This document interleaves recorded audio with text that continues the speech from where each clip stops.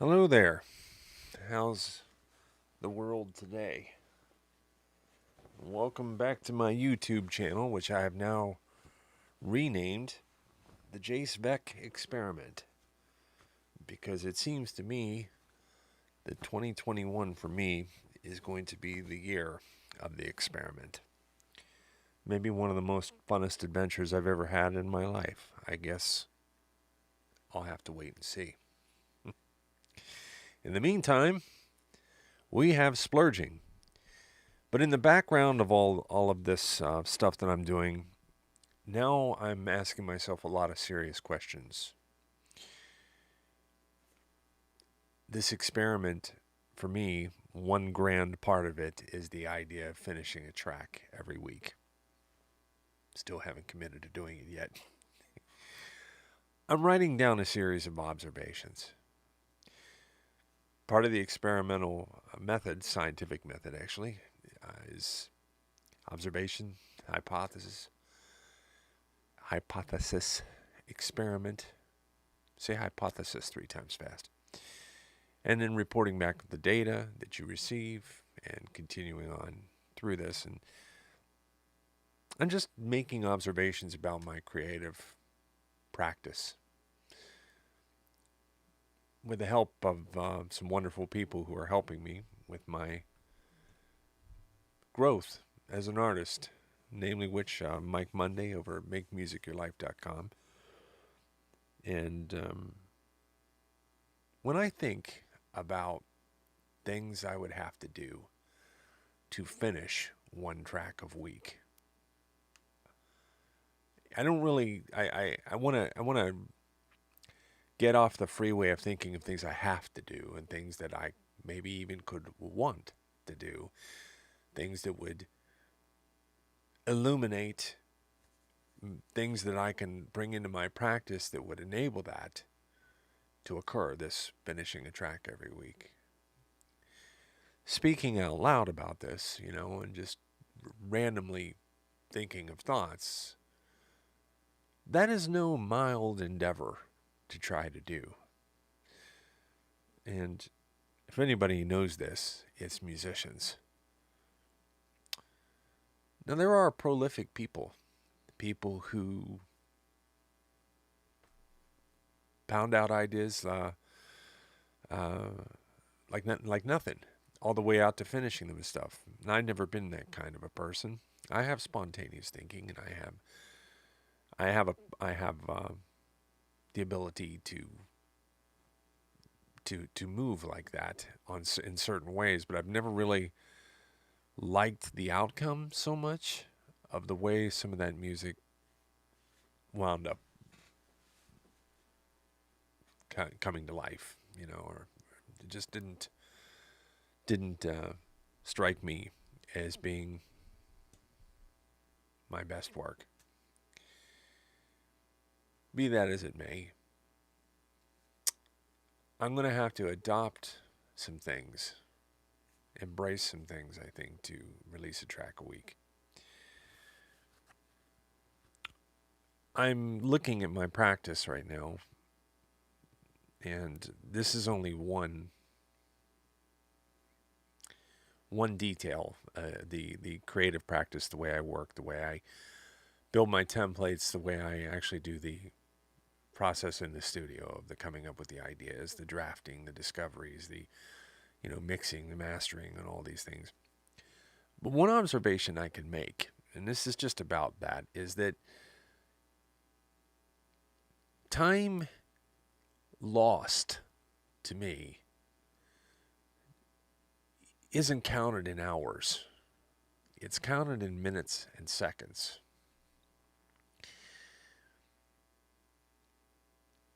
When I'm talking about finishing a track a week, I'm thinking of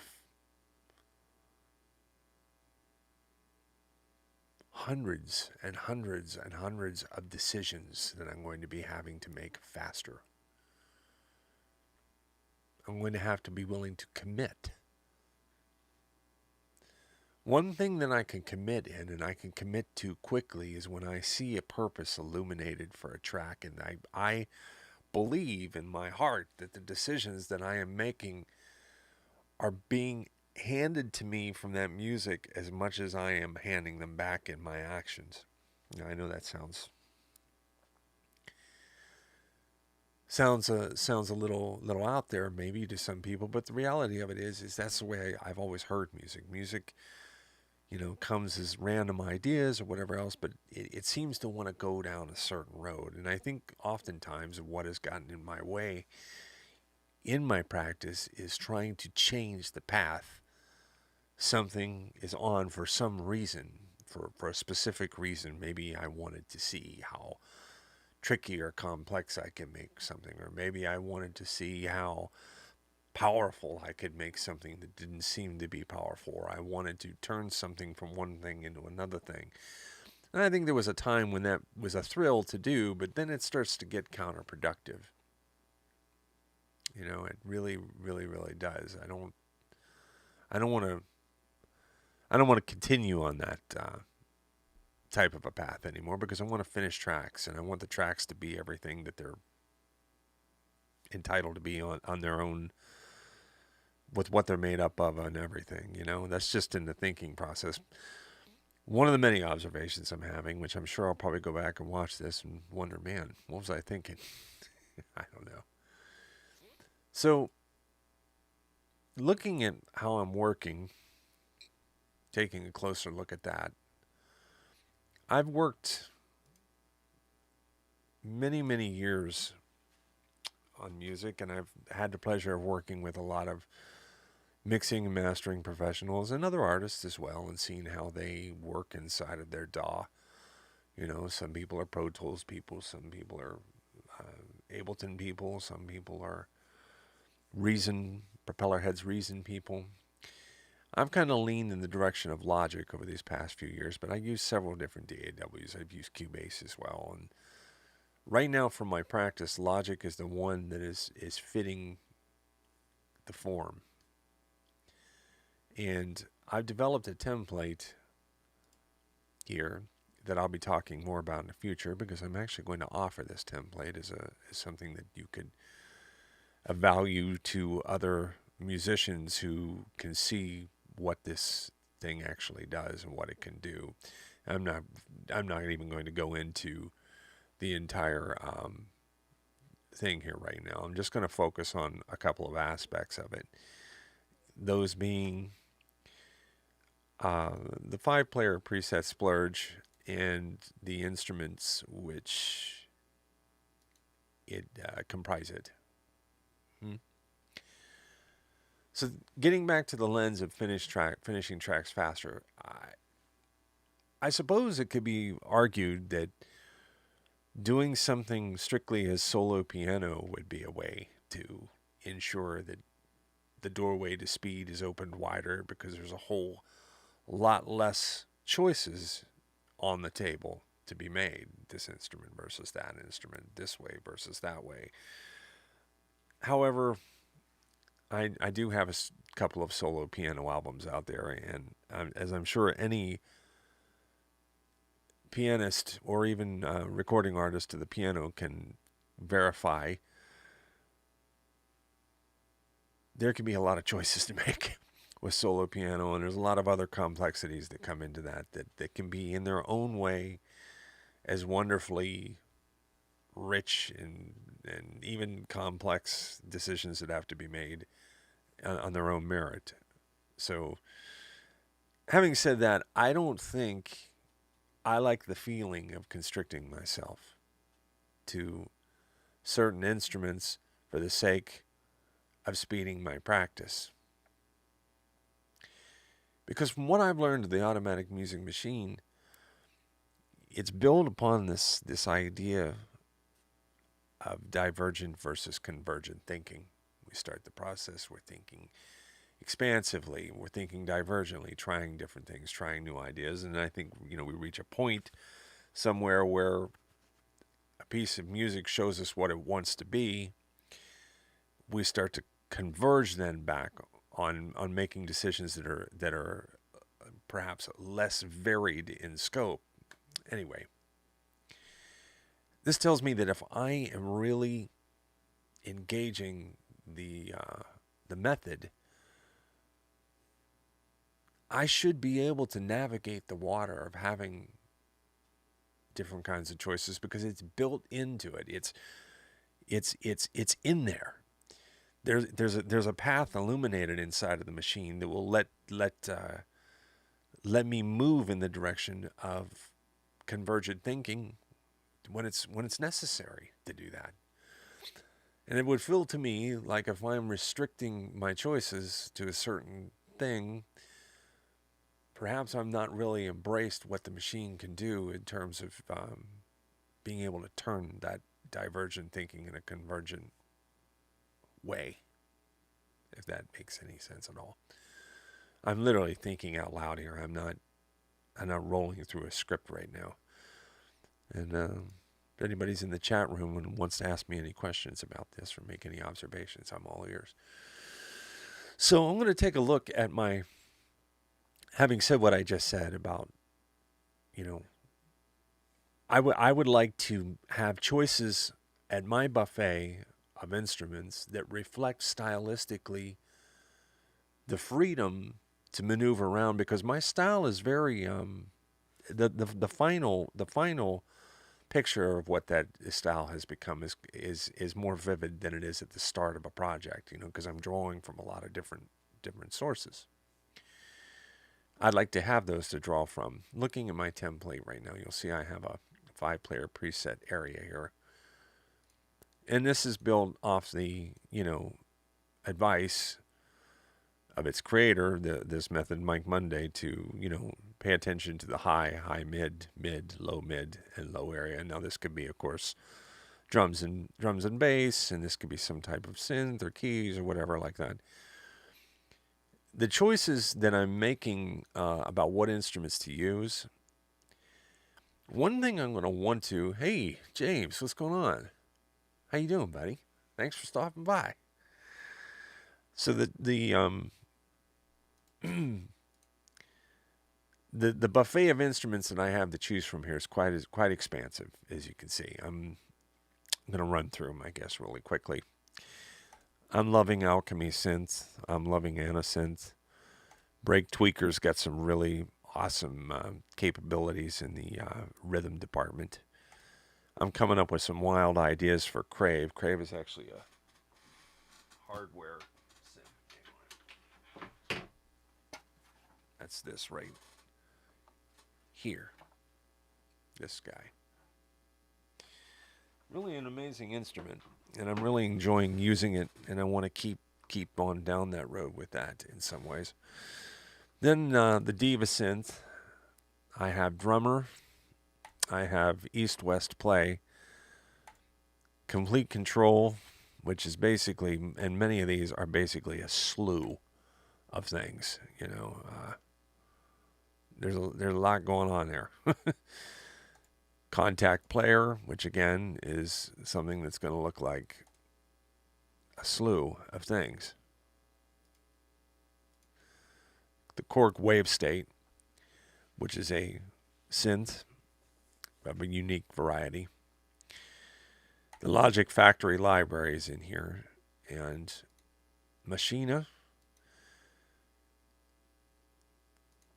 I use this Raven piano as a core bass piano that helps me get my fingers moving sometimes. Omnisphere.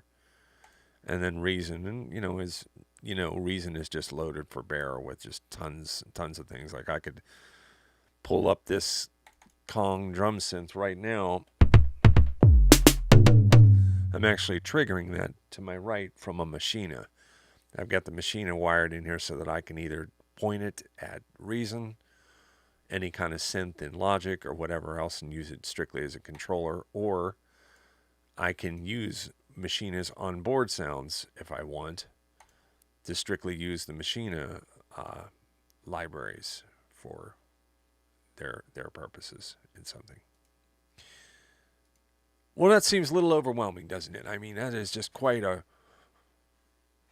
arsenal there.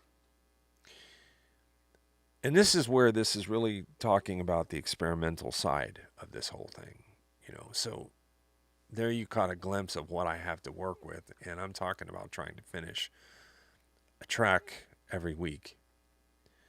And I'm talking about the idea that I don't want to have to eliminate 90% of these instruments because I can't make choices that are fast enough. I'd like to find a way in my experiment. The hypothesis is that there is a way that I can use what I've learned from the automatic music machine, that if I use it the way it's meant to be, that I should be able to finish tracks regardless of, what amount of sources they're coming from. Sounds a little grandiose, I know. What can I tell you? I have no idea how this is going to go, except to say that when I fail, not if, when I fail, I will hopefully take the data that has been offered from that failure and put it to use in a new experiment that will enable me to get closer to that goal I have of wanting to finish a track every week. Okay? Yeah.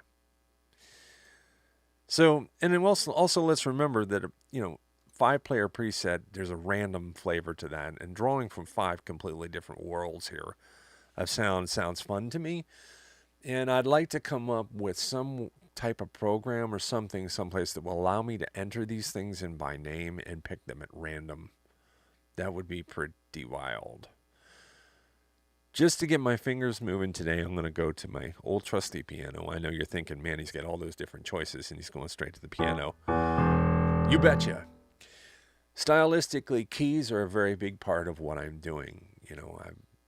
I'm doing a performance-based style, so that means hands-on keys, hands-on drum pads, hands-on modular synth, working, doing, moving around. I think loop-based music is great, but I'd also like to write my own loops. Who knows? Maybe I can make loops for other people someday, if I can get good enough at it. Anyway. Let's see here.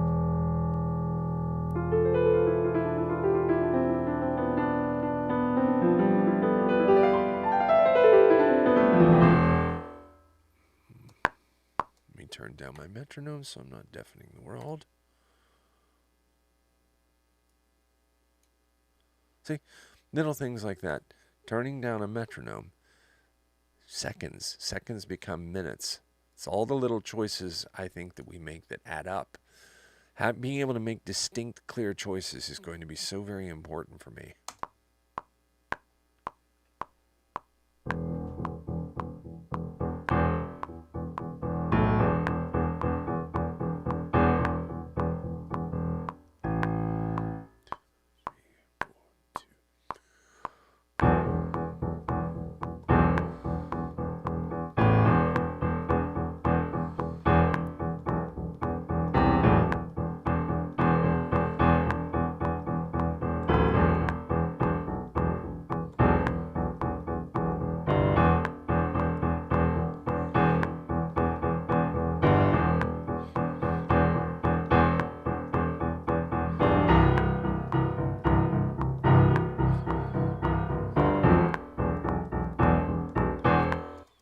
Alright, let me just grab that real fast. And for lack of anything better to do, I'm just going to grab a little distortion. Muck this up a little bit.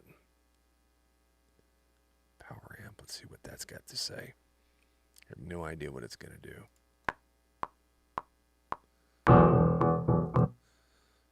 I'd have to turn that up too much.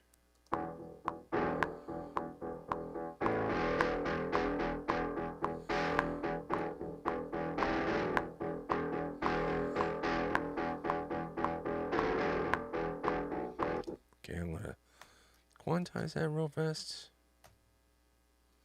so I don't have to be distracted by that.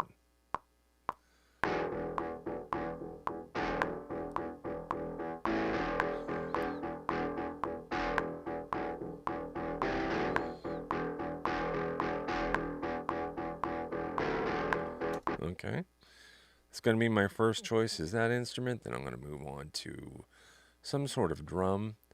Just for the sake of moving as fast as I can, I'm just going to grab a drummer track. They have some good kick-ass beats inside of that. I don't care what anybody says. I have good luck with it. You just have to monkey around with it is the thing. I'm going to go to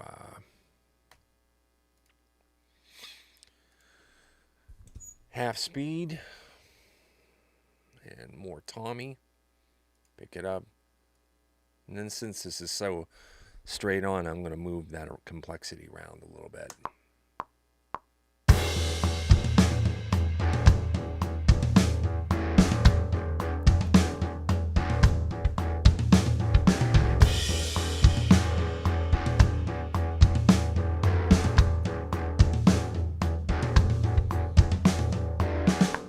Okay. What do you know? It's a base hit. Got a man on first base. I don't know. Let's see what the next batter brings. I hate sports.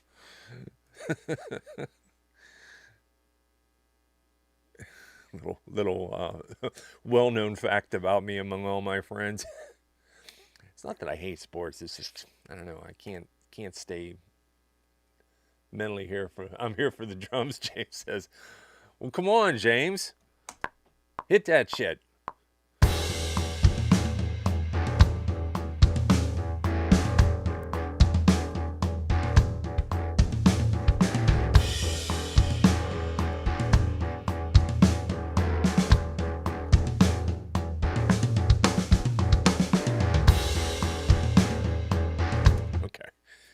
Let's grab a synth and let's go ahead and pull these guys on for another lap. I'm gonna switch him over to hi-hats on that change, just to keep a sense of oops, not there. Shit. Here. Just to keep movement going.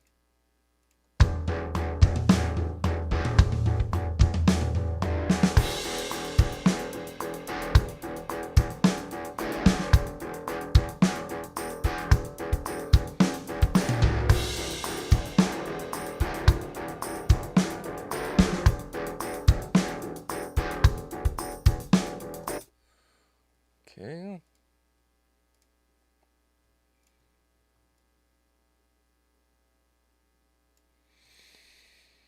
And then I'm going to do one more, then I'm going to migrate these tracks. What was that drummer program called? Okay, so yeah, check this out, man. This is Logic's, one of the latest additions to Logic Pro was in this past couple of years. I don't know how long it's been around. It's been more than a year or two. It's been around for a minute. Is this built-in drummer track. They call it Drummer. And when I pull up, let me get me out of the way.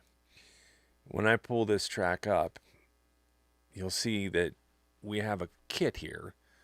And I'm picking the elements, and I can change the complexity, simplicity, loudness, or softness. And these are real drummer tracks that are, MIDI performed by actual drummers. So they've got all the, all the stuff built into them. I know, I got to figure out a good spot for my P&P so that I can be out of the damn road. Anyway, picking it up.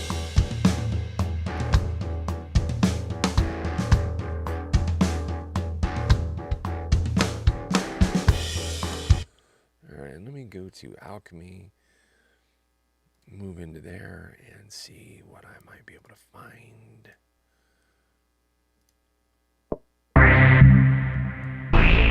Ooh.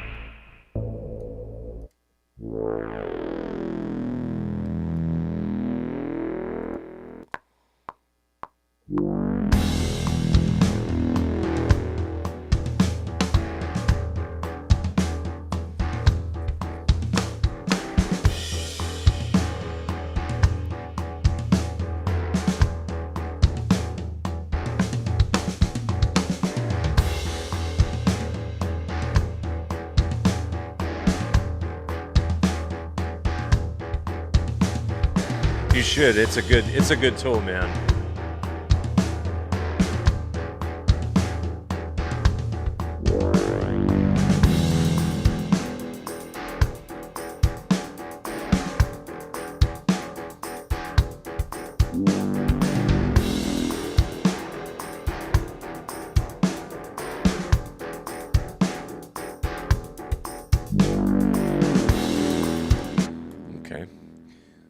feel like it's running in place pretty hard, but you know what? This isn't supposed to be a complete track of music. What is the essence of a splurge? A splurge is something to have an opinion about later on. And you never know when you're going to find a bar or something, whatever else worked inside of there that can be the bookmark that says, hey, let's pick this story up from here. You know, all it takes is one interesting moment. All it takes is one lick of an idea, you know. And isn't it the nature of life that sometimes those things are entombed in a whole lot of shit before you find those? So this is the nature of the splurge, is to separate ourselves out from the editing process, to get in there and say, just do it. I'm going to grab another synth. Oh, yeah.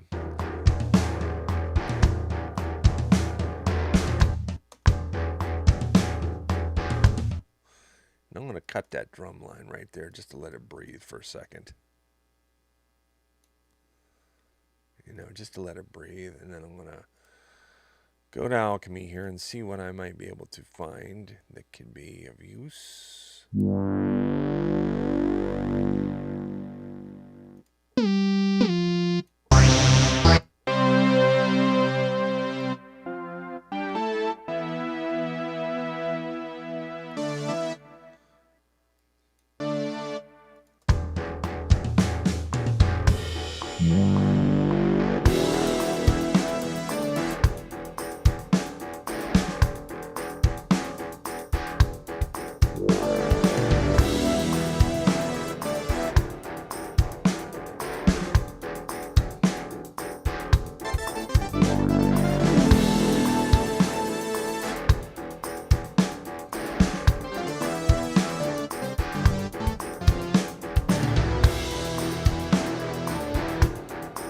Pretty good down there.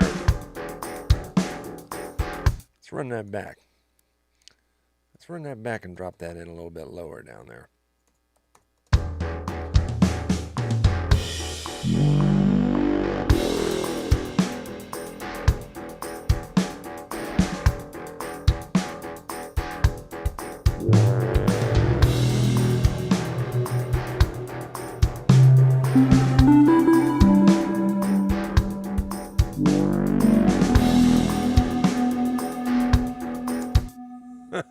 John Carpenter film. Yeah, man, you never know, right? I guess writing for film is one of the bigger things that I'm looking forward to expanding into in this this part of my career. But you know, man, it's like there's a lot to that stuff, and making film is just as much about relationships and stuff. And you got to have an agent, and you got to, you know, play the Hollywood game and all that bullshit. Hey, man, take care, James. Thanks for stopping by, man. Shout out to you.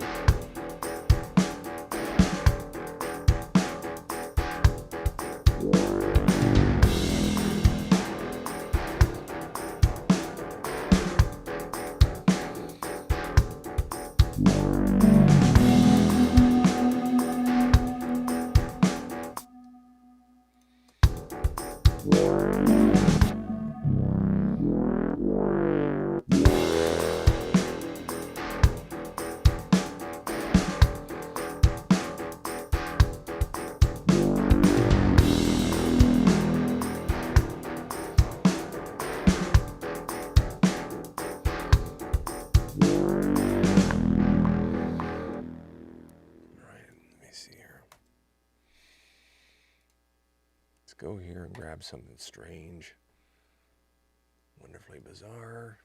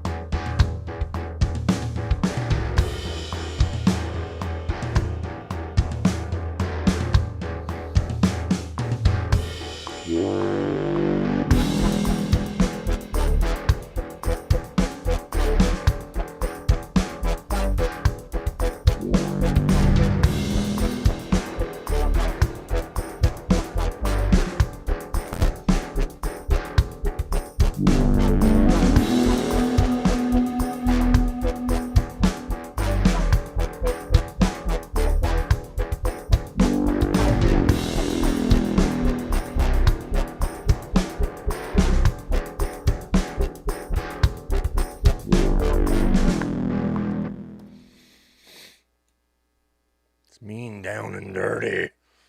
Let me see here for a second. What if I could find... Let's go back here again. Beating the heck out of this alchemy library today.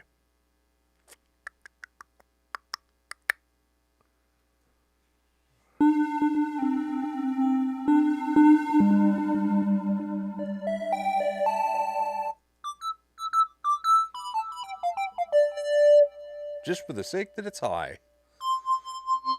And I probably sound like I am too.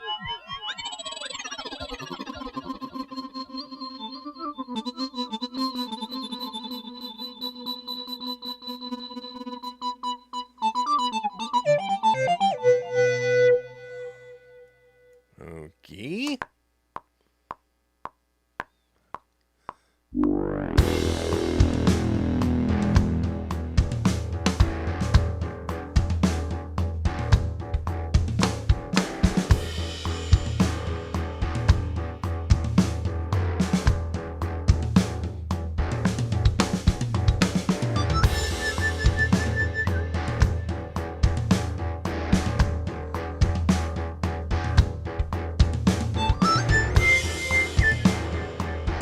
And here's Splitter.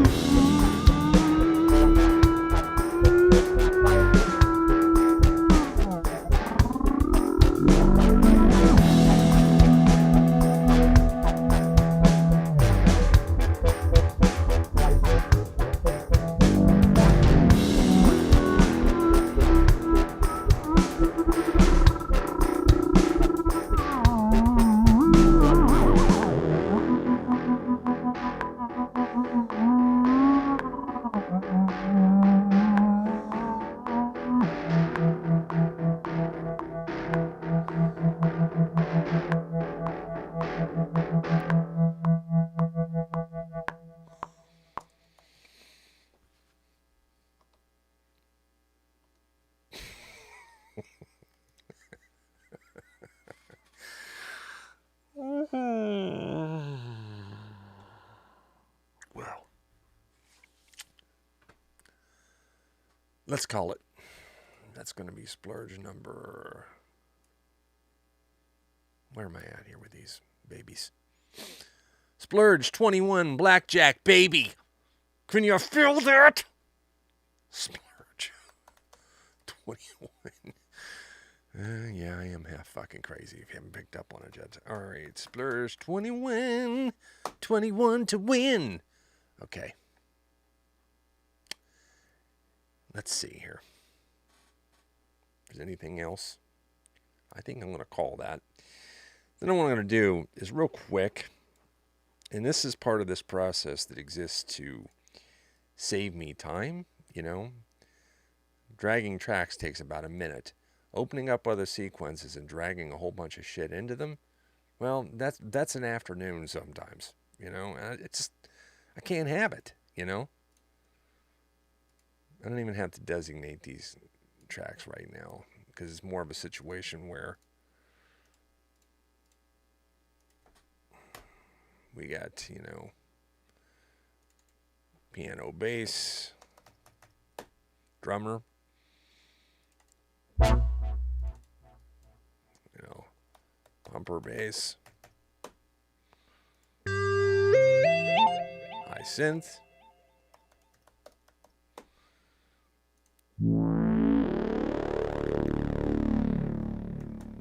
dirty saw. Okay, so when I open this thing up, you know, essentially a week from now, which I'm going to give myself this amount of time, when I open this up, the first thing this is what I'm going to see, okay, is that. And this is kind of like the format that all of my 5-player preset splurges, you know, have. So getting back to the observation of having a lot of choices, too many choices, way too much on the plate to be able to finish a track per week. Well, hopefully, maybe not, if I'm good at making decisions. If I'm good at making musical decisions that, lead me towards releasing tracks without getting lost in the fog of having all these choices. That's just 5 choices that came out of here. And what's nice is then I can leave that shut. And when I need to grab an instrument, I can go right down here from the choices that I'm using for my projects and grab whatever it is I need. Like, let's say I come back into this, okay? And I'm now at the phase where, let me just close this up for a second, where I'm ready to draft. Then I can grab a draft session. I can bring it up here like this. I can open this up. I can open that up, and boom, I'm drafting. Then when I need to make instrument decisions about instruments I'd like to make, then I have my choosing gallery to choose from. I can grab them, implement them, boom. And this is another fun thing about this template, I'll tell you. This is my eureka. A lot of times I've noticed when I'm in the middle of a production, I find myself,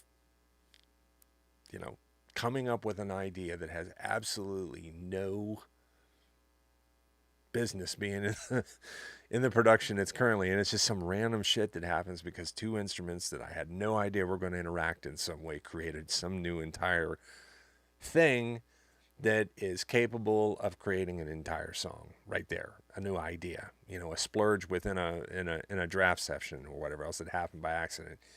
I grab those tracks that are causing that situation, which is a good thing, and pull them into this eureka, and then I save that session as a eureka session into a separate folder and come right back in, get it out of there, and keep on moving with the draft I was on.